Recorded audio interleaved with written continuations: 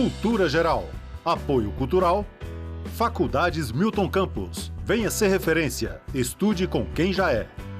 Instituto Santa Terezinha. Ensinando com qualidade.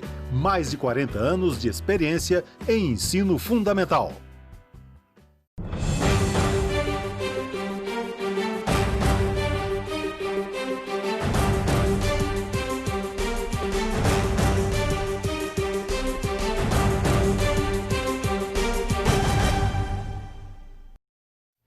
Olá, tudo bem? Começando agora mais um programa Cultura Geral.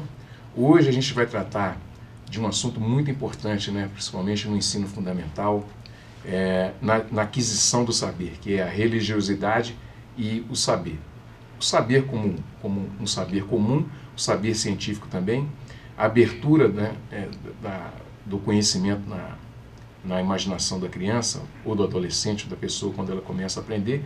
Obviamente que o corpo também fala quando a pessoa está aprendendo, e isso é um assunto, às vezes, eu não trato muito como espinhoso não, mas eu acho que é um assunto que gera algum tipo de polêmica.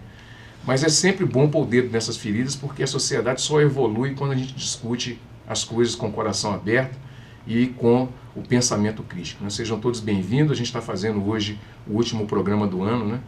E é um prazer receber aqui. Dr. Bruno, seja muito bem-vindo à Escola Santa Terezinha. É um prazer te receber para a gente tratar desse assunto polêmico, mas necessário, né, doutor? Seja muito... Satisfação é toda minha.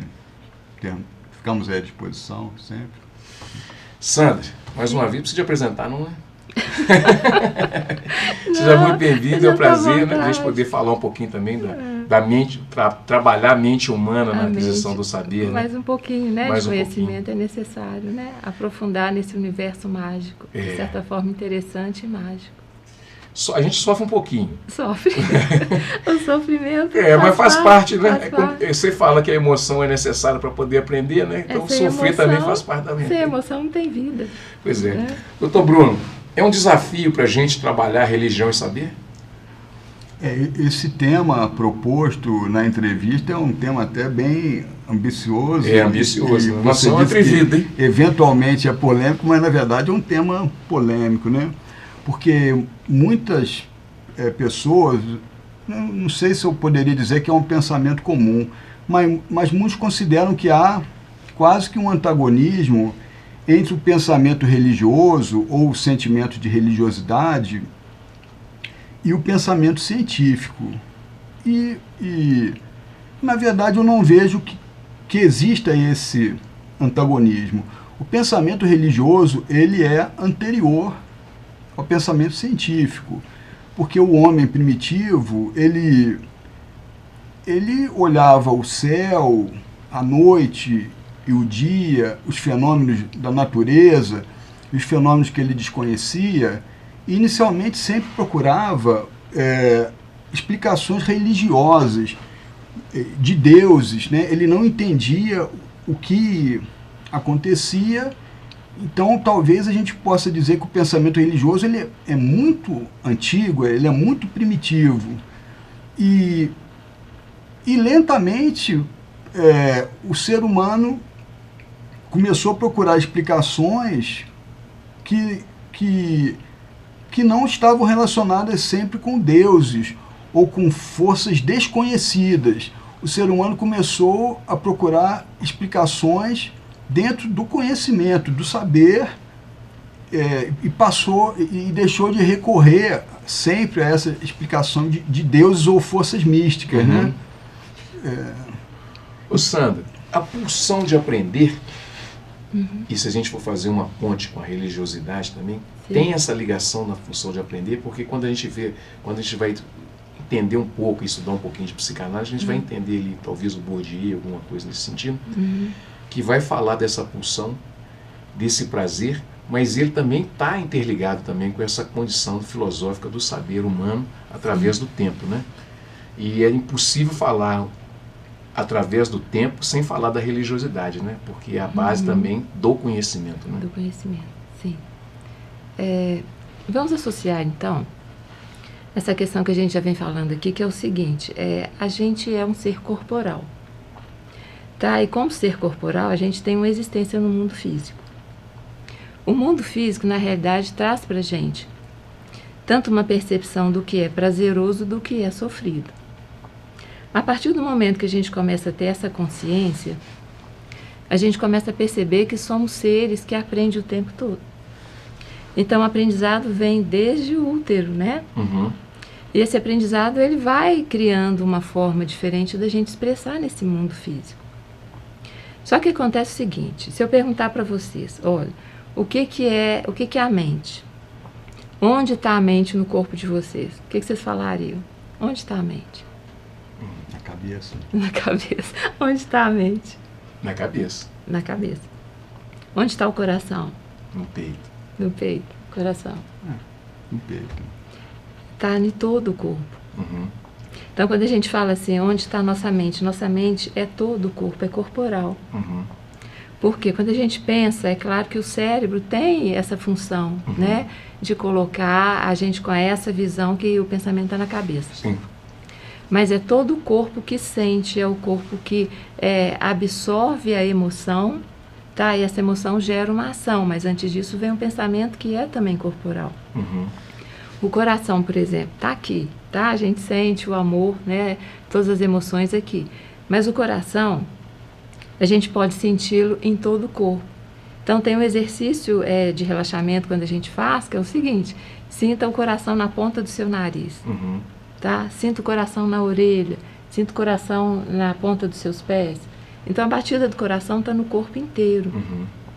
Então, quando a gente fala nessa expressão corporal, a gente está falando dos sentidos. Então, todos os sentidos têm a ver com exatamente isso. Uma forma de aprender e uma forma de trazer esse conhecimento para a realidade. E o que seria isso? Hoje a nossa educação, ela é muito focada na parte mais da racionalidade.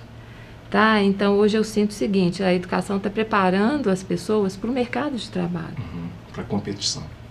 Para a competição, é uma competição muito angustiante, as pessoas estão sofrendo com uma agressividade e também com sintomas de angústia muito forte, porque tem que estar ok para o mercado de trabalho, né? Mas isso é o quê? É a nossa cultura ocidental, tá? Que colocou isso. A visão agora é que seria uma educação mais, eu chamo do saber sensível, porque a gente trabalharia com os sentidos, então trabalharia com tato, visão, audição, como que seria essa expressão corporal. Uhum. E nessa expressão corporal entra a questão da espiritualidade.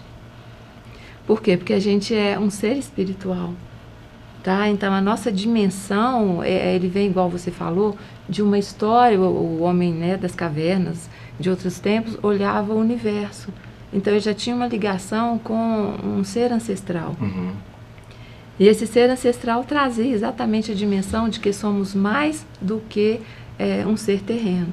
Que a gente tem uma ligação muito maior com a espiritualidade, que direciona intuição, percepção, sensações. Por que a existência dos mitos? Uhum. Tá? Os mitos têm uma forma muito interessante de mostrar exatamente isso. A nossa ligação com uma essência e essa essência é transformada.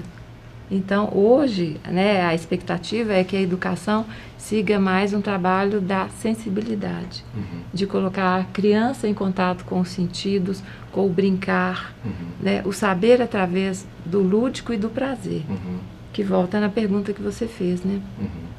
O instinto de prazer, ele gera um aprendizado muito mais eficaz, porque gera emoções e gera realmente aquilo que vai fazer sentido na vida dela. Sim. Bruno,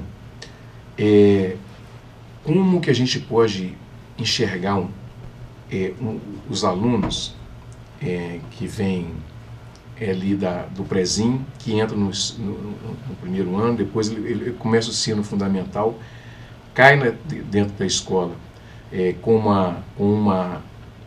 uma visão. O Santa Terezinha, por exemplo, é uma instituição que tem uma base católica, e a filosofia também católica. Então, quando essa criança chega nessa instituição, ela já recebe aquele pensamento, ou pelo menos aquele sentido. Como trabalhar esse despertar dessa criança no desenvolvimento da ciência, do aprender e da religiosidade? Que excelente pergunta que você me faz. Justamente o desafio é esse. desenvolver nessa criança que chega, aos 6 anos, a criança, ela tem, o que ela desenvolveu ali é um raciocínio bem concreto, né? Ela está justamente tomando um conhecimento dos seus sentidos, ela desenvolve um raciocínio concreto. Mas também, como uma escola que trabalha com uma inspiração cristã, a gente também fornece, de alguma maneira, valores cristãos, né? Uhum. Mais do que católica propriamente dita, crianças de idade muito tenra, o que se pode trabalhar é com valores cristãos, valores de solidariedade, de afeto, de amor, né? Uhum. A doutrinação especificamente católica, eu acho que isso se faz numa idade um pouco mais avançada. Uhum. Importante nessa idade é trabalhar com os pequeninos a solidariedade, o amor ao próximo, uhum. né? o abraçar, o querer bem, uhum. fazer eles intuírem o que é errado, que bater é errado, uhum. né? Que pegar uma coisa que é de outros sem autorização é errado, etc. E também, de uma maneira delicada, é preciso desenvolver o pensamento científico através de experimentos simples, uhum. né? Que as crianças podem realizar. Lá no Instituto Santa Terezinha, nós temos, tanto para o Fundamental 1 como para o Fundamental 2 também, uma coisa que nós chamamos de Feira do Conhecimento, em que ali, através de experimentos muito rudimentares, coisas muito simples, né? Na maioria das vezes de uma maneira lúdica, né? A gente tenta introduzir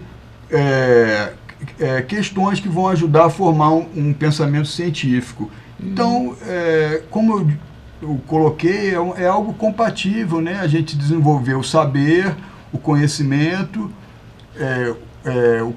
dos sentidos também, esse sentimento de espiritualidade. A sua visão é muito interessante. Eu acho que é completamente compatível. No entanto, a gente vê muito esse discurso de antagonismo que não existe. Não é necessário que o cientista necessariamente seja ateu. Isso não tem que ser dessa forma. As pessoas podem desenvolver alto saber científico e serem pessoas altamente ligadas a Deus, né? Cada uma com a sua religiosidade.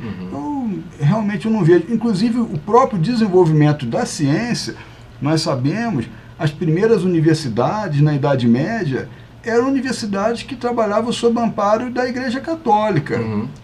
Então, a própria Igreja Católica foi amplamente responsável pelo desenvolvimento da ciência nos seus primórdios, né? Doutora Sandra, como que a escola pode contribuir na formação do conhecimento na criança, né?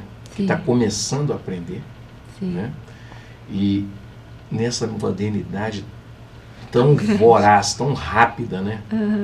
Hoje você tem informação customizada, você tem tudo o tempo todo, muito rápido e ao mesmo tempo consumindo pouco os conteúdos que são mais importantes. Então, como que a escola pode contribuir nesse aspecto psicológico para que a criança aproveite o máximo possível daquilo que lhe é oferecido com qualidade?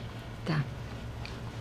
Bom, a questão é a seguinte, vou pegar um gancho, tá, no que você falou, porque o conhecimento científico, né, se a gente for pensar, é trazer uma consciência do que existe, mas que tem que ser provado dentro dessa realidade prática, né?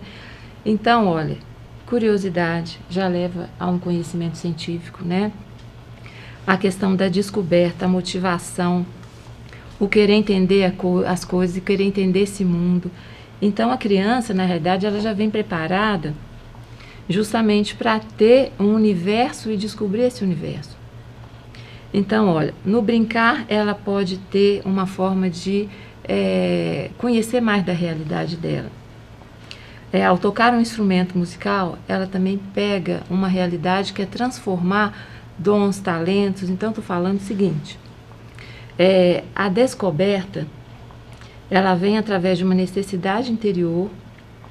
Essa necessidade ela pode ser criada e estimulada pelos professores, pela escola, porque o saber está ligado ao seguinte: a criança ela traz uma realidade dela para a escola, e até que ponto essa escola está integrada na vida familiar dessa criança. E a partir do momento que a escola tem essa consciência que é um ser que está chegando com uma visão de vida, com uma visão de uma experiência e leva isso para a escola começa a perceber que cada ser é diferenciado. E aí começa exatamente a extensão do saber.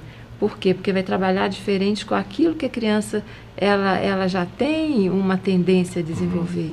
Então, por isso que os sentidos são importantes. Tem pessoas que vão ser mais auditivas, então elas vão aprender muito mais fácil ouvindo, né? O saber virá através desse sentido. Eu sou assim. Pois é. Outras são mais visuais. Isso é tão interessante, como há divergências. Eu fui professor universitário durante 14 anos, como há divergências nesse sentido, como às vezes é importante verbalizar ou fazer o gesto, né? Algumas pessoas querem que você faça uma encenação e elas entendem melhor através da encenação. Para outros basta a audição, para outros a visão... Tem que concentrar ali, né? A audição tem que estar concentrado ali. Então, essa história dos sentidos, a gente tem que ter um cuidado e uma atenção especial, porque é isso que vai fazer a diferença. Tá? As crianças hoje, elas estão trazendo muito isso, então elas aprendem assim, no estalar de dedos, né? Então, elas têm uma necessidade muito grande de conhecer tanto o mundo externo quanto o mundo interno. E como que era conhecido o mundo interno, né? Antes, os pais estavam ali, contavam histórias, tá? Estimulavam a imaginação. Então, quem é muito mais criativo hoje, ouviu histórias, tá? Brincou com os brinquedos que hoje quase que não existe mais. Então, eles vão virar, na realidade, cientistas. Os pais brincarem com os filhos, nesse aspecto, é algo muito interessante, porque aquela mesma pessoa que exerce autoridade e que vai ser necessária pela formação do superego, né, no ser humano, também não vai ficar na lembrança afetiva da criança somente como alguém que exerce autoridade. Exatamente. Se a criança ter como um companheiro de brincadeira o pai, a mãe, um irmão, isso é excelente, né, para a formação daquele ser humano. Se todos os pais tivessem esse tempinho para brincar um pouco que fosse com seus filhos, seria algo maravilhoso. Né? É isso que vai ficar na memória afetiva. Então, a partir do momento que a criança está brincando, ela vai trazer o prazer, ela vai saber que o brincar vai levá-la a sentir bem e que o estudo também pode ser prazeroso. Então, hoje assusta porque assim, as livrarias estão em crise, né? Não estão vendendo mais livros. E olha que angustiante que é saber isso. As crianças não estão tendo que pegar o tato, né? sabe? Eu não consigo ler um livro que eu vou baixar lá, sabe? Não, eu sinto necessidade do cheiro do papel, do tato, né? De ficar com o livro, né? O excesso de um videogame também é algo que tem trazido consequências até de saúde pública. A ausência do livro e o excesso de videogame muitas vezes tem gerado em crianças o problema da obesidade. Não que eu seja contra o uso de videogame, mas para crianças de pouca idade, sem dúvida que isso tem que ser regulado, porque as crianças precisam correr, precisam pular, precisam se divertir, precisam queimar calorias. É bastante chocante quando a gente compara com a realidade de 20 ou 30 anos atrás, constatar que há crianças de 8 ou 9 anos com problema de obesidade. Né? É uma realidade completamente diferente, né? E essa é uma pergunta que eu queria te fazer, Bruno. Como enxergar o aluno que está vindo, tem um professor, o Thales, que esteve aqui no programa, ele chamou de geração touch. O menino já vai começar a andar e na televisão já começa a pôr o dedo lá na tela. Então, como trabalhar esses alunos, como trabalhar essas crianças que estão chegando na sua mão, né, com essa perspectiva, uma perspectiva muito tecnológica, né? E ao mesmo tempo você tem que dar uma base de saber para ele, e aí você entra com o ensino, com uma base filosófica, né? Que não tem como ficar fora da religião, porque foi ela que criou o pensamento filosófico, praticamente ela criou ou desenvolveu o pensamento filosófico, mas hoje a gente está vivendo um momento muito ímpar na humanidade, que é a felicidade imediata, né?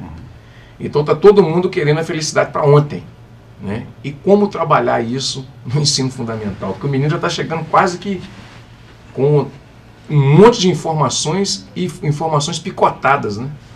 A curiosidade é sempre um dado positivo, como a doutora Sandra falou aqui, eu sinto que a gente tem uma certa afinidade. A curiosidade é algo interessante, a gente tem que estimular a curiosidade.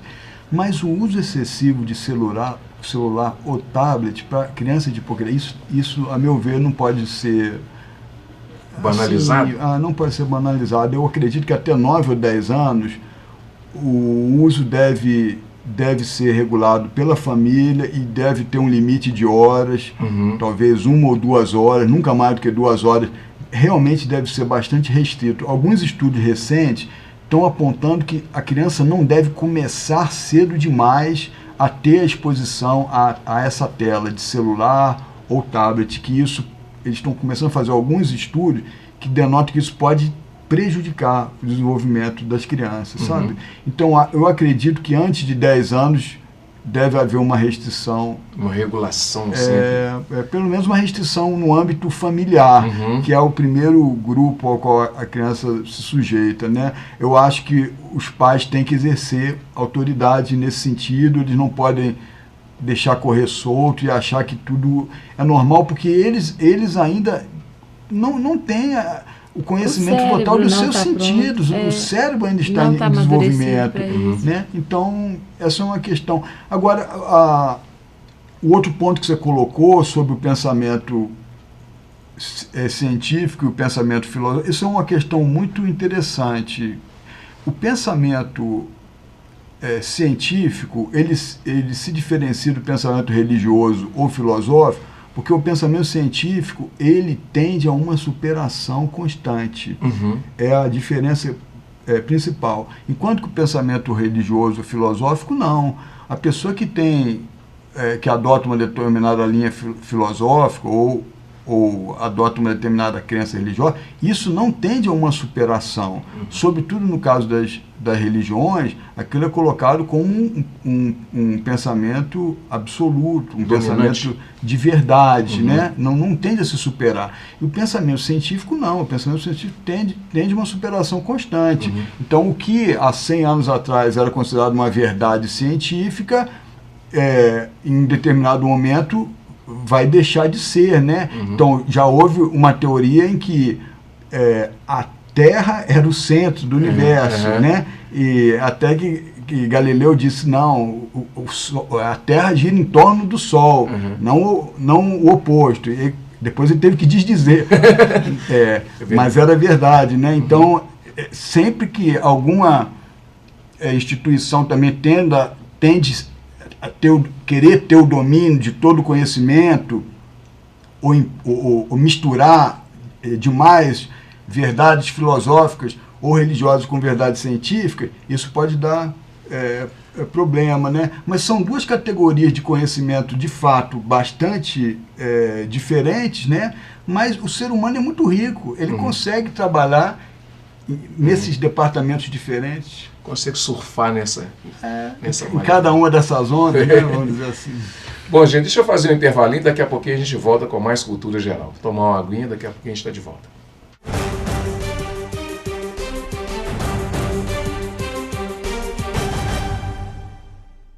Cultura Geral. Apoio Cultural. Faculdades Milton Campos. Venha ser referência. Estude com quem já é. Instituto Santa Terezinha, ensinando com qualidade. Mais de 40 anos de experiência em ensino fundamental. A terra só tem um pouquinho de água. A gente deixa a torneira todo dia ligado. Fecha. Você pegar um balde, pegar a água onde lava as roupas, aí lava o carro. Eu cuido com muito carinho a água. O planeta é lindo demais, a gente não pode deixar ele morrer. Apoio TV Banqueta.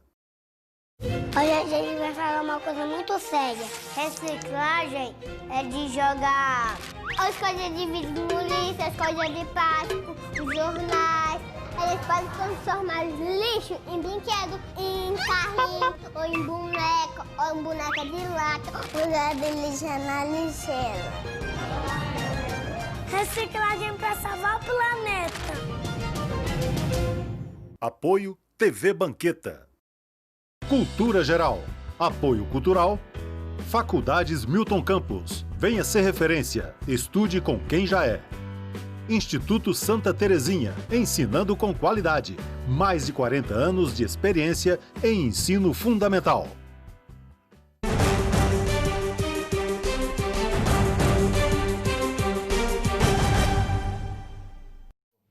Bom, de volta com Cultura Geral, vou fazer uma pergunta para os dois.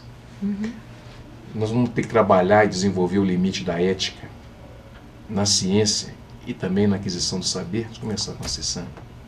Como é que a gente vai trabalhar esse limite aí para esses meninos que estão chegando, essa geração touch? Vou usar esse termo aqui, vou usar essa.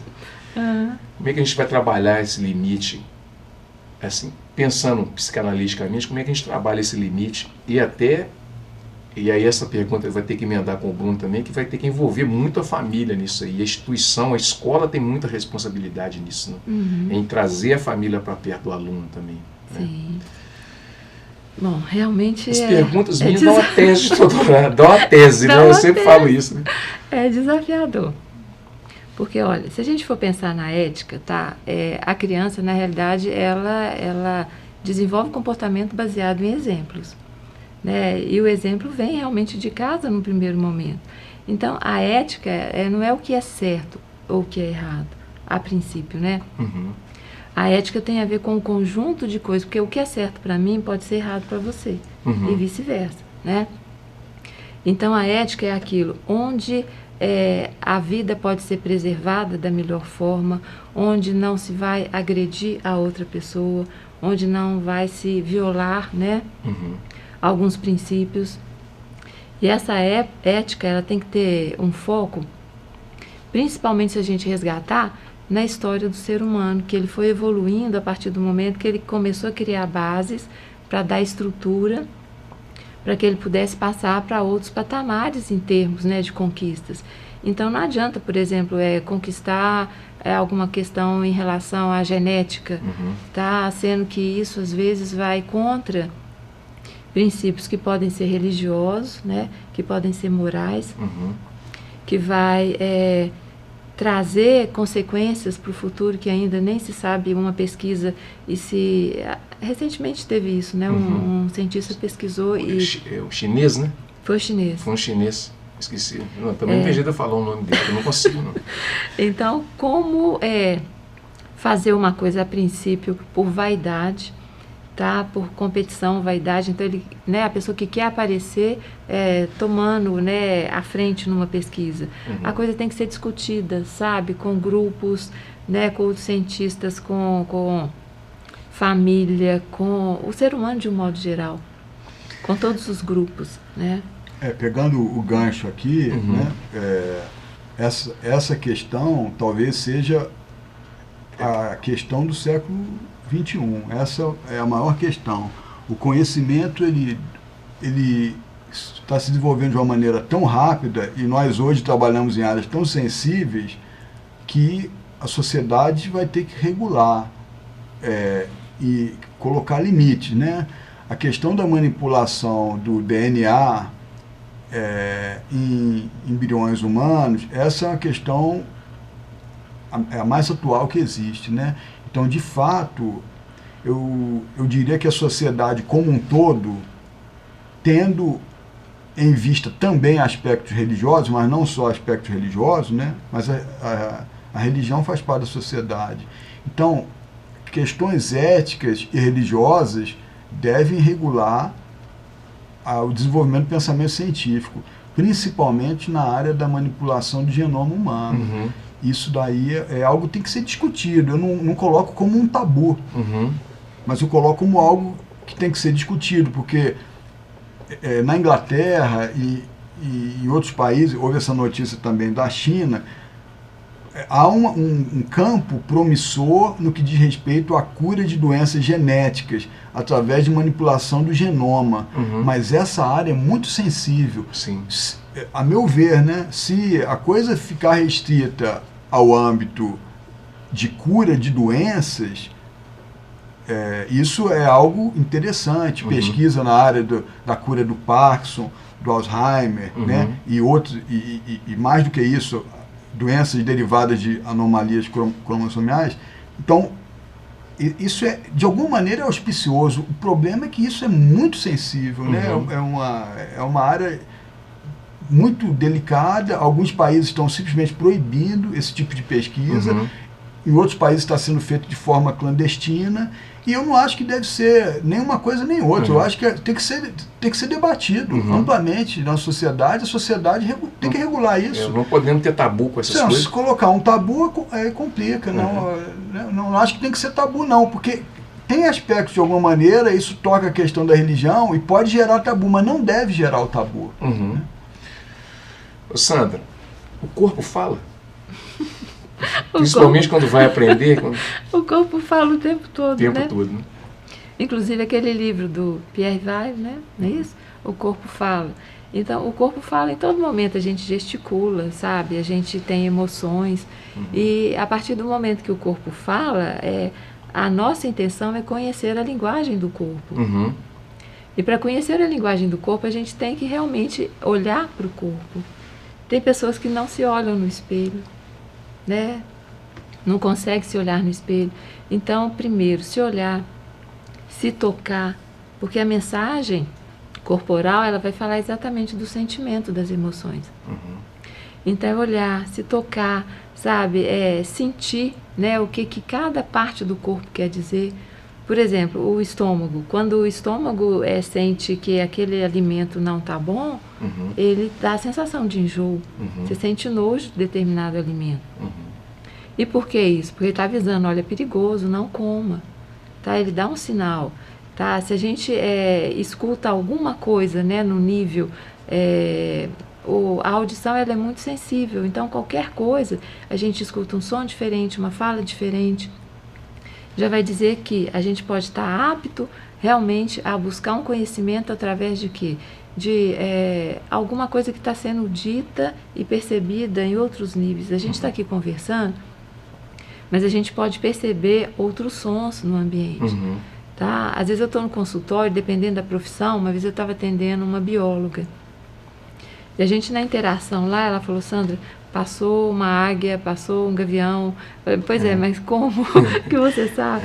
Tá, então, pelo som que ela ouviu, a gente estava num processo ali dela, interiorizando algumas coisas, mas ela estava percebendo todo mundo à volta. Isso na criança aparece quando ela está começando a descobrir as coisas, principalmente na aplicação do conhecimento. Isso aparece muito na criança, o corpo dela fala quando ela não está conseguindo compreender, não está conseguindo aprender com uma certa qualidade. O corpo dela consegue dar esses sinais? O tempo todo. Desde o momento que ela nasce, por exemplo, se ela está com fome, ela vai chorar. Se tem uma coisa incomodando nela, o choro vai ser o primeiro momento de comunicação. Né? Depois, se ela não consegue fazer alguma coisa na prática, um dever, né? Alguma coisa que a escola pode, né, passar para ela, que ela tem que desenvolver, o que vai acontecer com ela? Ela pode criar no corpo alguns processos, inclusive, de somatização. Por isso que nós falamos aquela vez, né, Bruno, da importância da família acompanhar, né? É muito importante. Né? A escola deve trazer para si a família, principalmente no Fundamental 1 ou na educação infantil. Isso é muito relevante. Essa questão da comunicação da criança pelo choro é muito comum entre mães, que as mães distinguam o tipo de choro, que para um homem é muito difícil, mas o tipo de choro que é de fome, o tipo de choro que é de dor, ou o tipo de choro que então tem algo também de ser humano, alguma coisa ancestral, de milhões de anos, que faz as mães distinguir o tipo de choro, o que a criança quer dizer com o tipo de choro, o que para um homem seria algo extraordinariamente sofisticado, né? Tá, por certo que nós temos outras habilidades, mas essa fica restrito ao sexo feminino, né? Eu acho notável, né? Uhum. Ô Bruno, vou te provocar. Você pediu para eu te provocar, eu vou te provocar. No século passado, qual foi a maior... O que você pode nos dizer assim, de uma evolução tecnológica e talvez a maior descoberta ético-científica que você pode ter como referência? Assim? O século XX, ele foi brindado com uma enorme quantidade de descobertas científicas de alta relevância, né? Mas talvez pelo seu alcance eu distinguiria a descoberta da penicilina, porque a quantidade de vidas humanas que foram salvas pela descoberta da penicilina, que foi o primeiro antibiótico, é de centenas de milhões, quer dizer, dezenas de milhões ou centenas de milhões, até chegar nos antibióticos de segunda geração. E o curioso é que a penicilina, que foi descoberta a ponto de curar ainda muitas pessoas no final da Segunda Guerra Mundial, vejam bem, ela foi descoberta pelo Alexander Fleming por ele ter deixado uma janela aberta em um laboratório. Então ele estava estudando o desenvolvimento das bactérias, culturas de bactérias, e quando ele retornou, ele percebeu que uma daquelas culturas de bactérias não tinha crescido. E em um pote, um vidro que tinha sido contaminado, tinha tido uma contaminação externa porque uma janela tinha ficado aberta. E então foi contaminado por um fungo. Esse fungo produziu uma substância que é o agente ativo da penicilina. Então foi uma... É claro que ele, com o olhar dele de cientista, quando viu aquilo, foi pesquisar o que tinha acontecido. Mas vejam como uma descoberta tão estupenda ocorreu por um acaso, ou não seria um acaso. Ou não seria um acaso, ou seria a mão de Deus, ou seria a mão de Deus dando a intuição para ele também, ao invés de simplesmente jogar fora aquela cultura de bactérias, pesquisar o que tinha acontecido. Então, é interessante que a gente volta ao início do programa, em que eu digo, eu não vejo incompatibilidade em pensamento científico e religiosidade, né? Agora, essa descoberta é uma descoberta monumental, é emocionante, é vibrante, quando a gente percebe a quantidade de milhões de vidas que foram salvas por essa pessoa, né? E por essa coincidência. E uma pessoa sensível, né? Uma pessoa que usou o potencial dela, o talento dela, da sensibilidade com o olhar científico, sensibilidade, a intuição, mas um olhar de mudança, né? Uma sensibilidade muito rica nesse sentido. Isso é um aviso para as mães e para os pais observar mais as crianças? Sim. E incentivar a se olhar no espelho também? Se olhar no espelho, se tocar, sabe? As suas vocações individuais podem ser muito diferentes de uma criança para outra. Por exemplo, a hora do banho, contato com a água, ela aflora a intuição, meus melhores pensamentos e solução de problema. É na hora que eu estou no banho. Então, assim, o tempo todo o corpo está te dando dicas e falando assim, me escuta mais, me percebe mais, né? Me olhe mais. O caminho está esse, o coração não pode endurecer. Bom, gente, chegamos ao final do programa Cultura Geral. O programa bom é assim mesmo, passa igual um foguete, né? Muito obrigado.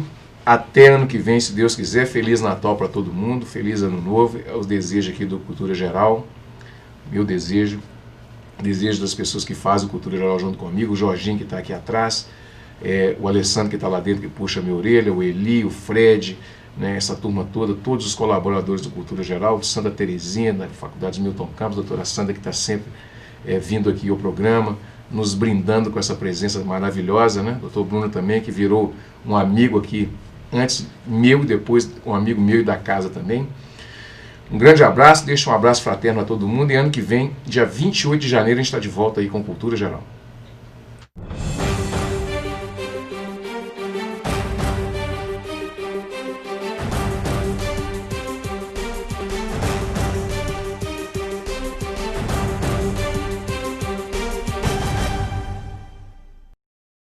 Cultura Geral. Apoio Cultural. Faculdades Milton Campos. Venha ser referência. Estude com quem já é. Instituto Santa Terezinha, ensinando com qualidade. Mais de 40 anos de experiência em ensino fundamental.